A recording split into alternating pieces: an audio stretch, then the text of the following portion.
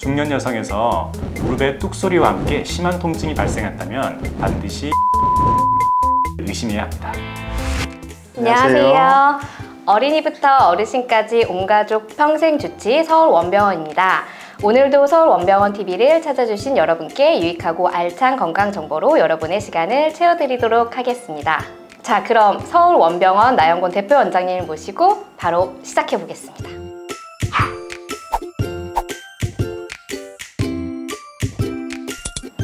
네, 원장님, 오늘은 그럼 어떤 주제로 이야기를 나눠볼까요? 네, 오늘은 조금은 특별한 주제를 준비했는데요. 바로 연골판 뿌리 파열입니다. 연골판 뿌리 파열 좀 들어보셨나요? 좀 생소하네요. 네, 그렇죠. 이름이 좀 어렵기도 하고 좀 생소하기도 네. 한데 많은 분들이 연골판이란 말은 이제 조금 익숙하실 것 같기도 합니다. 연골판이란 것은 우리 무릎에 있는 물렁뼈 중에 하나인데요. 이렇게 허벅지뼈와 정강이뼈 사이에 있는 이 구조물을 말하는데요. 우리 체중을 분산하고 충격을 흡수해주는 아주 중요한 구조물입니다. 그래서 이 연골이 평생 쓰는 구조물이기 때문에 좀 찢어지고 이런 손상을 많이 입는데요. 그 중에서도 특히 연골판의 뿌리라는 부분이 있어요. 뿌리. 그래서 이 연골판이 우리 아래쪽 뼈에 부착을 하는 부위를 뿌리라고 하는데 앞쪽과 뒤쪽에 각각 있습니다. 그래서 이 연골판 뿌리가 굉장히 중요한 역할을 하는데 이 뿌리 부분이 파열된 것이 조금 특별합니다. 그래서 그것을 특정지어서 연골판 뿌리 파열 이렇게 이야기합니다. 네, 그럼 연골판이랑 연골판 뿌리 파열이랑 차이점이 있을까요? 연골판 뿌리 파열도 일반적인 연골판 파열의 한 종류이긴 하는데요. 이것이 좀 증상도 독특하고 치료법도 좀 다른 면이 있어서 따로 구분지어서 이야기를 많이 합니다. 그렇다면 연골판 뿌리 파열은 어떤 상황에서 나타나나요? 연골판 뿌리 파열은 먼저 많이 생기는 연령대부터 좀 다릅니다. 일반적으로 연골판 파열은 스포츠 활동을 하다가 젊으신 분들도 많이 생기지만 연골판 뿌리 파열은 대부분 중년 이상의 여성분들에서 특징적으로 많이 나타납니다. 연골판 파열이라는 말이 붙기 때문에 마치 큰 충격을 받아서 이런 일이 발생하는 것 같이 생각하기 쉬운데요. 대부분의 경우는 그렇지가 않습니다. 대부분 경우에는 일상활동에서 가벼운 활동을 하다가 어떤 충격이 사소하게 발생한 이후에 이런 일이 발생합니다. 대표적인 그런 케이스를 보면은 횡단보도를 좀 빨리 걸으려고 하다가 갑자기 무릎이 아팠다, 혹은 계단을 내려가는데 아팠다, 버스에서 타거나 혹은 내리려고 하는데 갑자기 아팠다, 이런 식으로 우리가 평소에는 그렇게 다치지 않는 그런 상황에서 이런 무릎에 심한 통증이 발생하는 그런 경우들이 많은데요. 이렇게 중년 여성에서 이미 퇴행성 변화가 좀 있는 상태에서 사소한 충격이 더해지면서 이런 일이 발생하게 됩니다. 특징적으로는 무릎에서 뚝 소리가 났다는 말씀을 많이 하세요. 모든 환자에서 그런 건 아닌데 한 3분의 1 정도 환자는 그런 뚝 하는 소리가 나면서 갑자기 많이 아팠고 못 걸을 정도로 심한 통증을 느끼고 어떤 경우는 주저앉았다, 이런 말씀도 하는 경우들이 있습니다. 그럼 심한 통증이 느껴지신다고 하는데 그럼 바로 환자분들이 병원에 가시나요? 네, 아주 심한 경우에는 뭐 이렇게 구급차 타고 병원을 갔다 이런 분들도 있고요. 어떤 분들은 그래도 좀 쩔뚝쩔뚝 하다가 며칠 경과를 보다가 아유 안 되겠다 싶어서 병원을 가는 경우들도 있고 다양하게 나타납니다. 그럼 병원을 찾으시는 환자분들이 어떻게 진단을 받으실까요? 보통 무릎이 아파서 병원을 가게 되면은 기본적으로 엑스레이 검사를 하게 됩니다. 그런데 많은 경우에는 엑스레이 검사 이상에서는 골절 소견이 없으니까 큰 이상이 없습니다, 이렇게 이야기를 듣는 경우들이 많으시고요. 뭐 어떤 경우는 원래 가지고 있던 관절염이 좀 있습니다, 이렇게까지밖에 모르는 경우들이 많아요. 그런데 연골판 파열은 기본적으로는 MRI 검사를 통해서만 정확하게 진단이 됩니다. 그래서 엑스레이에서 괜찮다고 해서 연골판이 괜찮다 이렇게는 생각할 수 없는 거죠. 네. 초기에 엑스레이 검사에서 정상 소견을 보였다 하더라도 이상하게 통증이 심하고 오래 간다, 다른 치료에 반응이 없다 그러면은 이런 연골판 파열을 의심해야 되고 그때는 MRI 같은 정밀 검사를 시행해 보셔야 됩니다. 네, 연골판은 우리 한 무릎에 2개의 연골판이 존재하는데요. 그렇죠. 네. 그럼 어느 쪽에서 더 많이 발생하나요? 연골판 뿌리 파열은 내측 연골판에서 대부분 일어납니다. 특히 내측 연골판의 뒤쪽 뿌리, 후방 뿌리에서 일어나기 때문에 정확한 명칭으로는 내측 반월상 연골판 후각 기시부 파열, 이게 정식 명칭이에요. 너무 어렵죠? 네. 그래서 쉽게 연골판 뿌리 파열 이렇게 그냥 줄여서 이야기합니다. 병원에서 연골판 뿌리 파열 진단을 받으셨어도 환자분이 치료를 하지 않으시고 자연적으로 치유가 되는 경우가 있을까요? 네, 연골판 뿌리 파열은 연골판이 뼈에서 부착되는 부분에서 떨어진 거거든요. 그래서 시간이 지난다고 해서 떨어진 연골판이 다시 뼈에 부착되는 일은 잘 생기지 않습니다. 즉 증상은 좋아지지만 연골판이 찢어진 그 현상 자체는 호전되는 게 아니죠. 그래서 시간이 지남에 따라서 연골판의 본래 기능이 없어졌기 때문에 관절염을 막지 못해서 점차 관절염이 생기는 거죠. 네, 그렇다면 자연 치유 능력은 떨어지니까 치료가 꼭 필요한데 근본적인 치료 방법은 어떻게 되나요? 네, 결국에는 연골판 파열은 수술을 할 거냐 말 거냐를 결정하는 것이 굉장히 중요합니다. 아까 말씀드린 대로 수술하지 않고 시간을 두고 지켜보면 증상 자체는 좋아지는 경우들이 많거든요. 그래서 비수술적인 치료를 하면서 그런 증상이 좀 빨리 완화되도록 그렇게 도울 수 있습니다.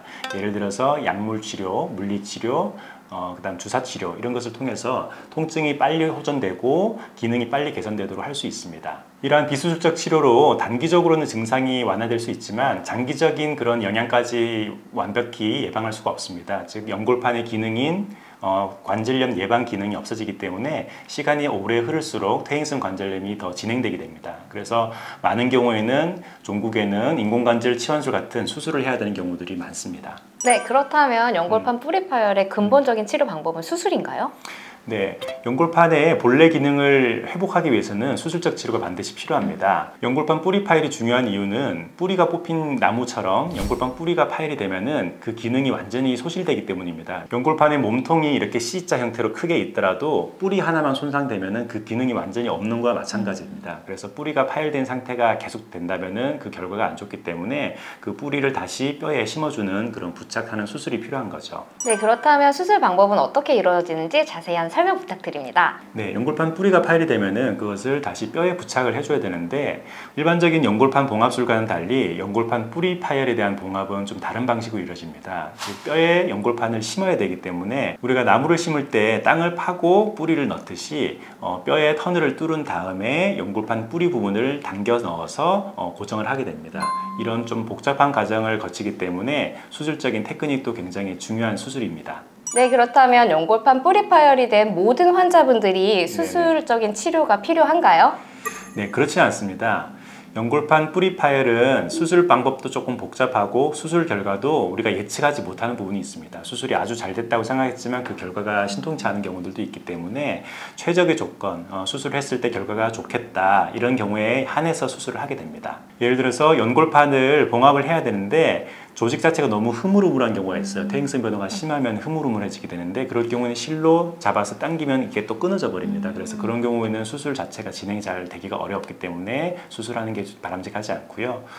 그리고 이미 관절염이 심하게 진행된 분들은 수술이 별 의미가 없습니다. 우리가 연골판 뿌리 봉합을 하는 이유는 단기적으로는 통증을 완화하는 거지만 장기적으로는 퇴행성 관절염이 발생하지 않도록 하는 거거든요. 그래서 이미 관절염이 진행된 환자분들에서는 연골판 뿌리 봉합을 하더라도 우리가 얻을 수 있는 기대치가 너무 낮습니다. 따라서 이런 환자분들에서는 또 수술하지 않습니다. 그리고 연골판 뿌리 파열은 대개는 무릎의 안쪽에 일어나잖아요. 그래서 무릎 모양이 안쪽으로 많이 휜 오다리이신 분들은 체중 부하가 다 무릎의 안쪽으로 이루어집니다. 그래서 이런 분들은 연골판 뿌리 봉합을 해도 결국에는 체중 부하가 일어나는 그 스트레스를 견디지 못해서 재파열이 일어나게 됩니다. 따라서 이런 분들도 결과가 좋지 않지요. 이렇게 오다리가 너무 심하신 분들도 연골판 뿌리 봉합을 시행하지 않습니다.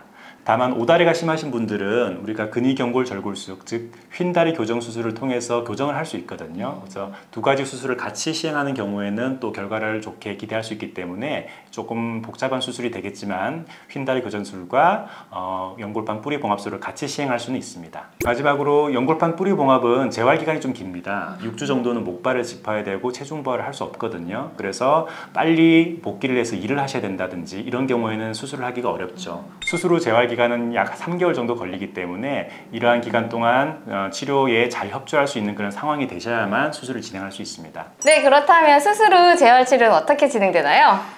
네, 먼저 수술하고 6주 정도는 목발을 쓰면서 체중 부하를 못하게 됩니다. 또 무릎을 굽히는 각도도 90도 정도로 제한을 해서 봉합을 해놓은 부위에 텐션이 걸리지 않도록 우리가 주의를 해야 되고요. 6주가 지난 이후부터는 서서히 체중 부하를 시작하고 무릎을 굽히는 각도도 늘려가면서 일상 복귀를 하게 됩니다. 그래도 수술하고 한 3개월 정도는 충분한 재활 기간이 필요한 경우가 많습니다. 그렇다면 수술 결과는 어떤가요? 네, 연골판 뿌리 파열의 수술 결과는 아주 좋은 경우도 있지만은 사실 기대에 미치지 못하는 경우도 있어요. 그런데 연골판 뿌리가 파열이 됐는데 수술을 하지 않았을 경우에는 이미 이 회복할 수 있는 기회를 상실하는 거거든요. 예를 들어서 50대 중반이고 비교적 관절염도 심하지 않은 분인데 갑자기 이런 일이 발생했을 때 치료를 하지 않는다면은 결국에는 관절염이 진행돼서 나중에는 인공관절 같은 큰 수술을 받아야 되는 상황으로 흐를 것을 우리가 예측할 수 있거든요. 이런 분들이 적절하게 수술을 받고 재활 치료를 잘 받아서 결과가 좋다면은 나중에 생길 수 있는 이런 관절염을 예방할 수 있습니다. 연골판 뿌리 파열이 오래 지속되게 되면은 연골판이 점차 밀려나서 원래 위치에서 벗어나게 됩니다. 그래서 이때는 수술을 하고 싶어도 수술할 수 없는 그런 상황이 됩니다. 적절한 수술을 적절한 시기에 하지 않으면은 이런 좋은 기회를 잃어버리는 거기 때문에 환자분들과 잘 상의를 해서 수술 여부를 결정하게 됩니다. 모든 환자분들이 수술이 필요한 것도 아니고 또 모든 환자분들에서 수술이 좋은 선택인 건 아니지만은 아직 관절염이 많이 진행되지 않았고 다리 모양도 비교적 반듯한 그런 환자분들이라면은 적극적으로 수술을 통해서 원래의 기능을 회복하는 것이 관절염 예방을 할 수 있어서 장기적으로는 더 좋은 결과가 기대됩니다. 따라서 주치의 선생님과 충분히 상의해서 수술 여부를 결정하시면 좋겠습니다. 네, 오늘도 자세하고 친절한 설명 주신 나영곤 대표 원장에게 감사 인사드리면서 오늘 영상 마무리하겠습니다. 다음 영상도 유익한 건강 정보로 찾아뵙겠습니다. 감사합니다. 감사합니다.